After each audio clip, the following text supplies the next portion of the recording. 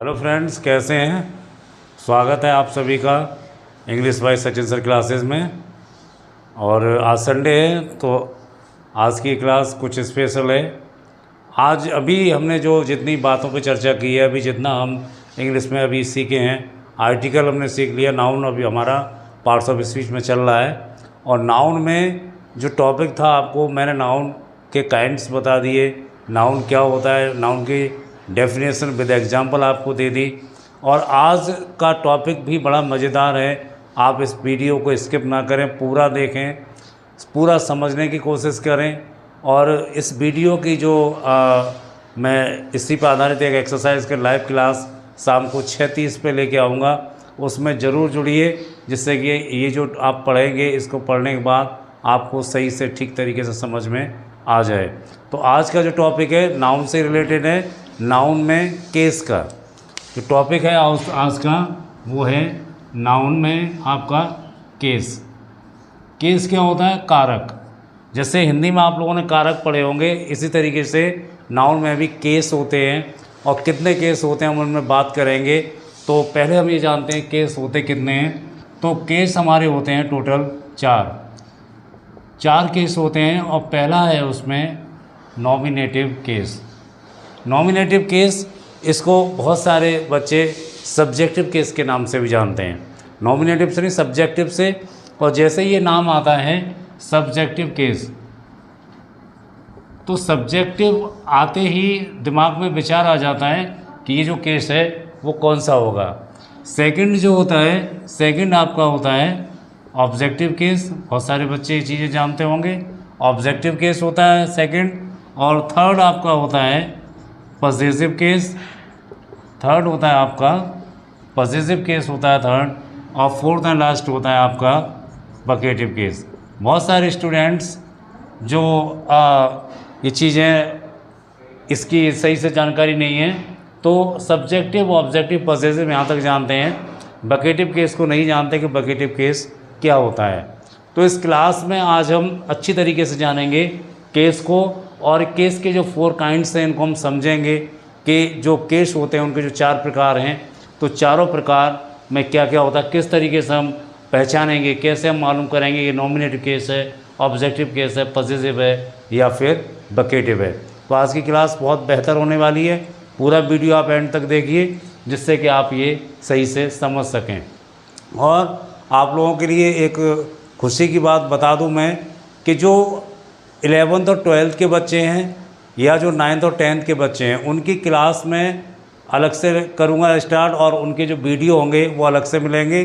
क्योंकि ये चीज़ें जो हैं वो 12th क्लास जो बोर्ड बच्चे हैं 12th के, उनके मतलब की नहीं हैं, कुछ हद तक हैं लेकिन उतनी नहीं है। लेकिन अब मैं स्टार्ट करूँगा 11th 12th का, आपका होगा डायरेक्ट इनडायरेक्ट का, और मैं स्टार्ट करूँगा 9th और 10th का स्पेशली एक्टिव पैसिव से।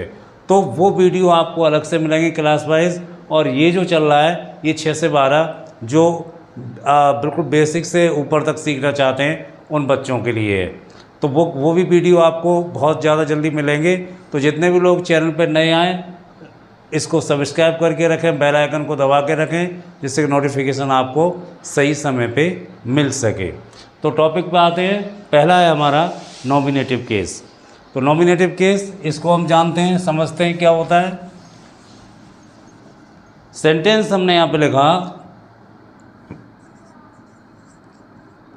सी is a doctor. She is a doctor. हमने लिखा यहाँ पे Manoj is a good player. ये हमने तो सेंटेंस यहाँ पे एग्जाम्पल के लिए ले लिए, जिससे कि आप लोग इसको समझ सकें। सी इज़ अ डॉक्टर।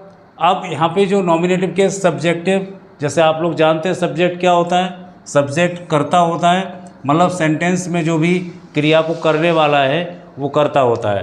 तो नो डाउट यहाँ पे जो सी है ये हमारा किस में आ जाएगा, नॉमिनेटिव केस में। Manoj is a good player. तो यहाँ पे मनोज क्या है, मनोज एक अच्छा खिलाड़ी है। तो मनोज क्या है, ये हमारा नॉमिनेटिव केस है, सब्जेक्टिव। यानी कि सेंटेंस में जो काम करने वाला होता है, जो व्यक्ति काम कर रहा है, जो भी नाउन या प्रोनाउन काम कर रहा है, वो नाउन या प्रोनाउन, ये प्रोनाउन है, ये नाउन है, वो नाउन या प्रोनाउन हमारा क्या कहलाता है, नॉमिनेटिव केस। नॉमिनेटिव केस जिसको हम सब्जेक्ट के नाम से भी जानते हैं, ये हमारा सब्जेक्ट होता है। इसमें बताने के लिए कुछ खास नहीं है, तो ये हमारा सब्जेक्ट ईजिली आप लोग समझ सकते हैं। किसी भी सेंटेंस में कोई भी जो काम करने वाला है, तो काम करने वाला जो भी नाउन प्रोनाउन आपको मिले, आप समझ जाइए कि ये हमारा क्या है, ये किस केस की, अगर कोई केस की बात आती है, ये हमारा नॉमिनेटिव या सब्जेक्टिव केस का ये वर्ड है। सेकंड, अब हम आते हैं सेकंड पे, दूसरे केस पे हम आते हैं। तो दूसरा केस है हमारा ऑब्जेक्टिव केस। दूसरा हमारा ऑब्जेक्टिव केस है, जिसको हम कहते हैं, ऑब्जेक्ट क्या होता है, कर्म होता है, जिसको हम कहते हैं कर्म कारक। जैसे टीचर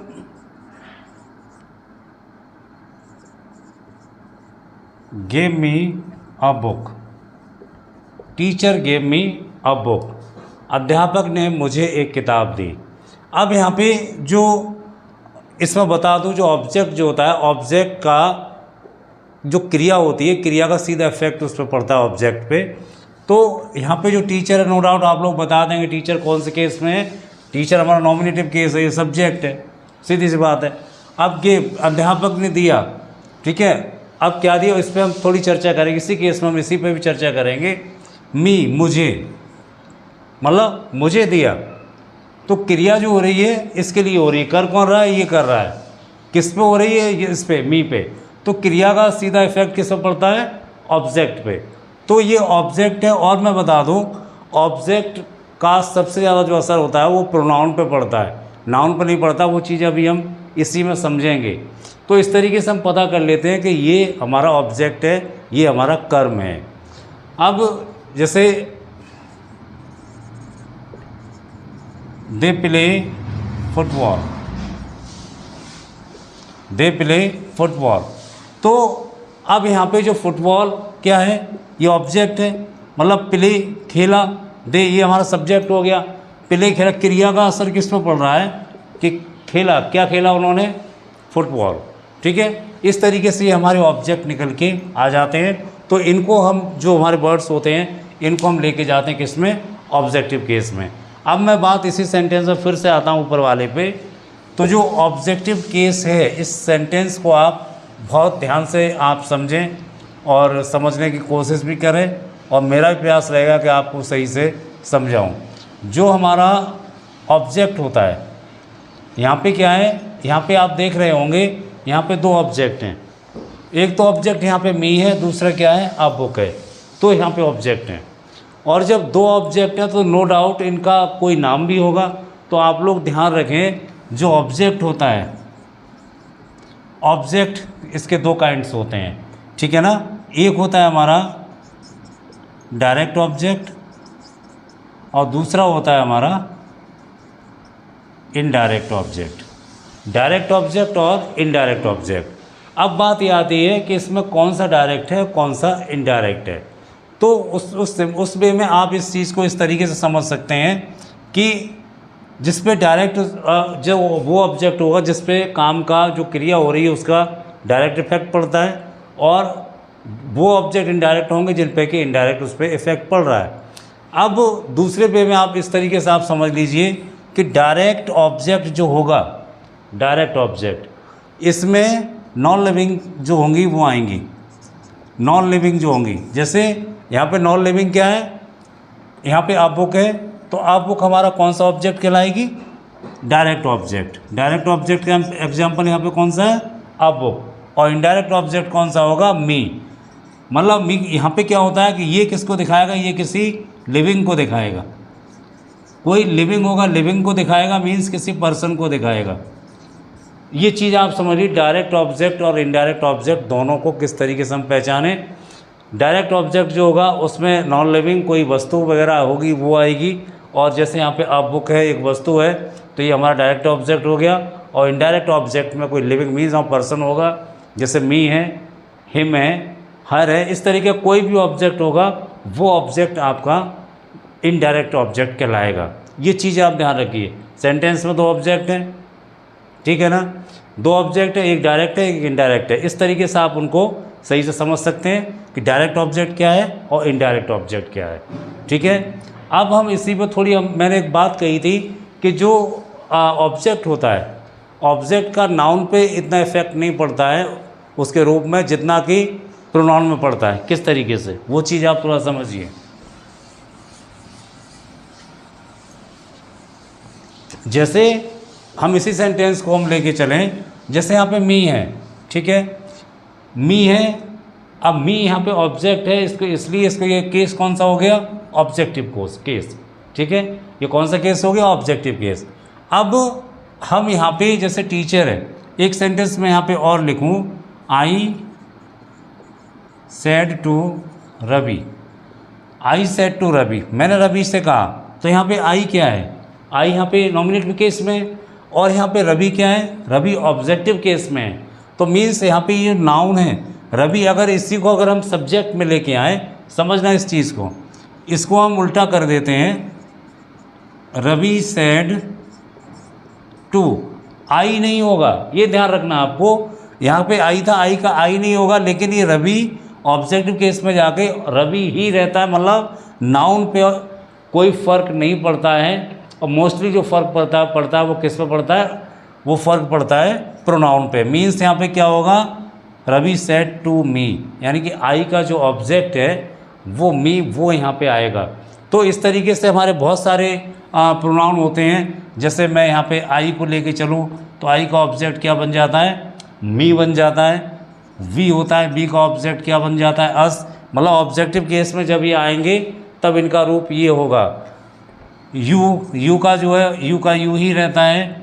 ही का ऑब्जेक्ट बन जाता है हिम। सी का ऑब्जेक्ट बन जाता है हर। और दे का ऑब्जेक्ट बन जाता है देम। ठीक है, तो इस तरीके से ये जो आप चीज़ देख रहे हैं, ये जो वर्ड्स लिखे हुए हैं यहाँ पे आप समझिए, यहाँ पे जितने प्रोनाउन हैं, I, we, you, he, she, it या दे, जो भी प्रोनाउन है सात मुख्य रूप से, ये सारे के सारे जब भी आएंगे तो ये किस में होंगे, नॉमिनेटिव केस में होंगे। आप समझ लीजिए, बहुत अच्छी तरीके से आप सीख लीजिए। ये प्रोनाउन इस तरीके से इधर जो लिखे हुए हैं, ये अगर आते हैं, ये हमेशा किस में आएंगे, ये आएंगे आपके नॉमिनेटिव केस में। और ये जो लिखे हैं, ये सारे के सारे हमारे आते हैं ऑब्जेक्टिव केस में। तो मी, अस, यू, हिम, हर, देम, ये सारे के सारे हमारे ऑब्जेक्टिव केस है। तो कहने का मतलब ऑब्जेक्ट में, ऑब्जेक्टिव केस में प्रोनाउन पे इफेक्ट पड़ता है, नाउन पे इफेक्ट नहीं पड़ता है। जैसे यहाँ पे आई सेड टू रवि, ठीक है, अगर यहाँ पे रवि यहाँ पे हमारा सब्जेक्टिव केस में भी है, यहाँ ऑब्जेक्टिव में भी है। जैसा सब्जेक्ट में वैसा ही ऑब्जेक्ट में है, कोई भी इनमें किसी प्रकार का इसमें फ़र्क नहीं पड़ा। तो ये चीज़ आपको समझ के रखनी है कि ऑब्जेक्ट का जो ऑब्जेक्टिव केस में प्रोनाउन पर ऑब्जेक्ट का काफ़ी असर पड़ता है, काफ़ी फ़र्क पड़ता है। उसका जो रूप है, उसका जो फॉर्म है, वो चेंज हो जाता है। तो ये हमारा ऑब्जेक्टिव केस, उम्मीद कर रहा हूँ ऑब्जेक्टिव केस सही से समझ में आ गया होगा। ठीक है, अब हम तीसरे पहुँचते हैं।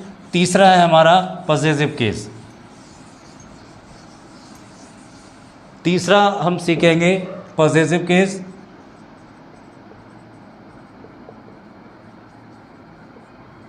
पॉसेसिव केस जिसको हम संबंध कारक भी कहते हैं। संबंध कारक मतलब पोजीशन, किसी चीज़ पे अपना हक होना, अधिकार होना, वो चीज़ें यहाँ पे होती हैं।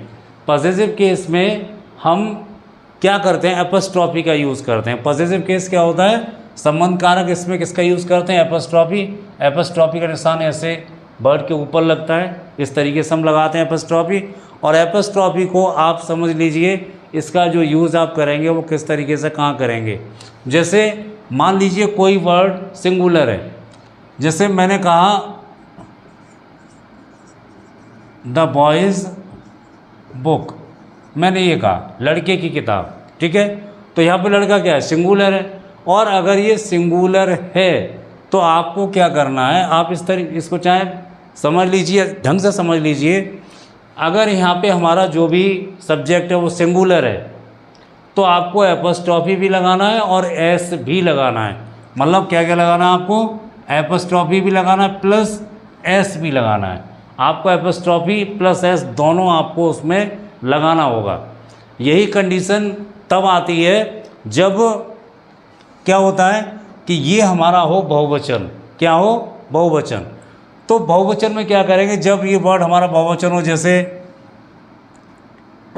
मैं यहाँ पे लिखूँ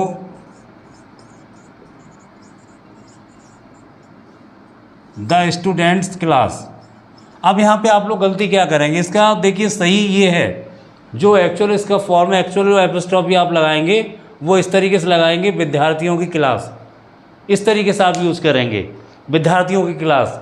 लेकिन कभी भी आप इसकी वजह क्या है, वजह ये है कि यहाँ पे ये जो है ये किस में है, ये प्लूरल है, ये बहुवचन है, एक वचन नहीं है, ये बहुवचन है। और बहुवचन होने की वजह से एपोस्ट्रोफी जो है एस के बाद मीन्स बहुवचन है, तो सिर्फ आप क्या लगाएंगे, सिर्फ आपको एपोस्ट्रोफी लगानी है, उस बहुवचन वर्ड के ऊपर आपको एपोस्ट्रोफी लगानी है। ठीक है। अब इसको आप फिर से एक चीज़ समझ लीजिए, यहाँ पे लिखा था बॉयज़ बुक, बॉय क्या है, सिंगुलर है। अब मान लीजिए मैं यहाँ पे एक वर्ड लिखता हूँ, एक बोलता हूँ बॉयज़ हॉस्टल, मैंने क्या बोला, बॉयज़ हॉस्टल। तो यहाँ पे अब ये जो बॉयज़ है ये क्या है, ये अब ये किस में आ गया, प्लूरल में। मैंने लिखा बॉयज़ हॉस्टल। अब बॉयज़ हॉस्टल क्या है, अब ये हमारा प्लूरल वर्ड है, मतलब लड़कों का हॉस्टल, लड़कों का हॉस्टल है, या ऐसे ही मतलब गर्ल्स हॉस्टल भी होते हैं, छात्राओं का हॉस्टल, लड़कियों का हॉस्टल।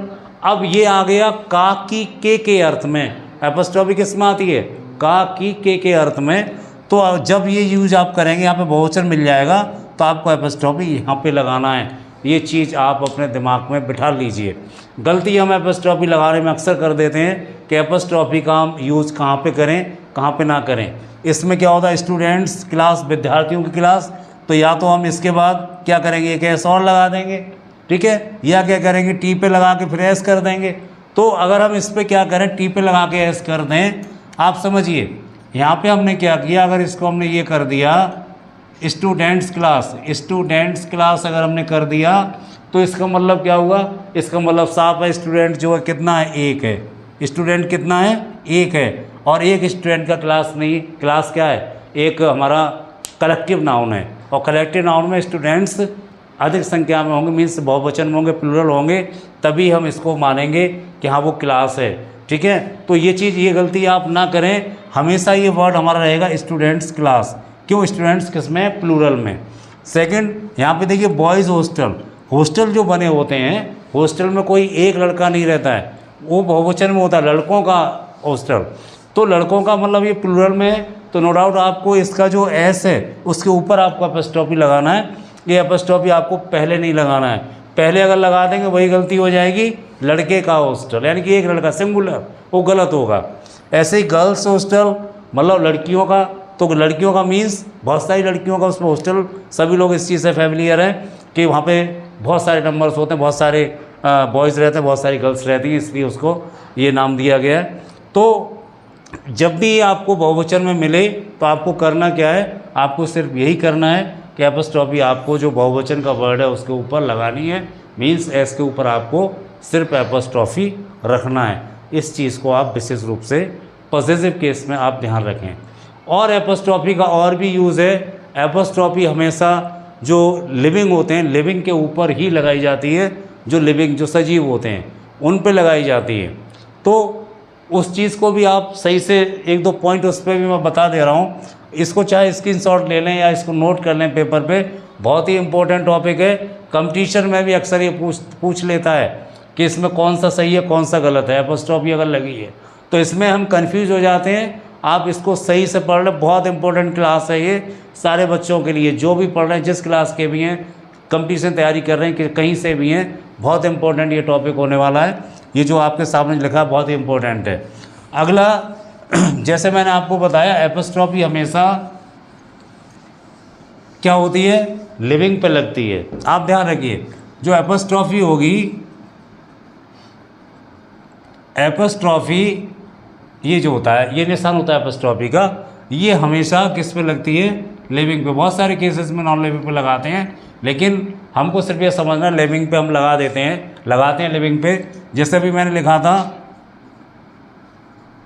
बॉयज़ हॉस्टल, तो ये जो बॉयज़ हॉस्टल है, तो बॉयज़ क्या है, लिविंग है। ठीक है। अब मैं ये कहूँ पिताजी का घर, पिताजी का घर, तो father, fathers house, fathers house, ठीक है। हम इसको इस तरीके से नहीं लिख सकते, the house of father, the house of father लिखना गलत होगा। फादर्स हाउस जो होगा ये सही होगा। क्यों? फादर किस में आते हैं? लिविंग में। फादर सजीव में आते हैं, तो फादर्स हाउस लिखें, द हाउस ऑफ फादर आपको नहीं लिखना है, ठीक है। ये चीज़ें आप विशेष रूप से ध्यान रखें कि कहाँ पे हमें, जैसे कुर्सी है, कुर्सी की टांगें होती हैं, ठीक है। तो अगर आप ये लिखें the chairs leg, the chairs leg, तो कुर्सी की टांग मतलब चेयर को आपने क्या किया? सजीव बना दिया? नहीं, ये गलत है। यहाँ पे आपको करना है द लेग ऑफ चेयर। क्या करना है आपको? द लेग ऑफ चेयर, तब ये सही होगा। ये सही नहीं होगा। आपको क्या करना है? द लेग ऑफ चेयर यहाँ पे। क्यों? क्योंकि जो चेयर है वो कैसी है? वो नॉन लिविंग है, इसलिए नॉन लिविंग के साथ आप किसका यूज़ करेंगे? इस तरीके से लिखेंगे द लेग ऑफ चेयर। आप ये नहीं लिखेंगे द चेयर्स लेग। ध्यान रखिए। तो एपोस्ट्रोफी का इस तरीके से हम यूज़ करते हैं। बहुत सारी और भी चीज़ें जहाँ पे हम एपोस्ट्रोफी का यूज़ करते हैं, वो एपोस्ट्रोफी का टॉपिक एक अलग से वीडियो बनाऊंगा, उस पर सारी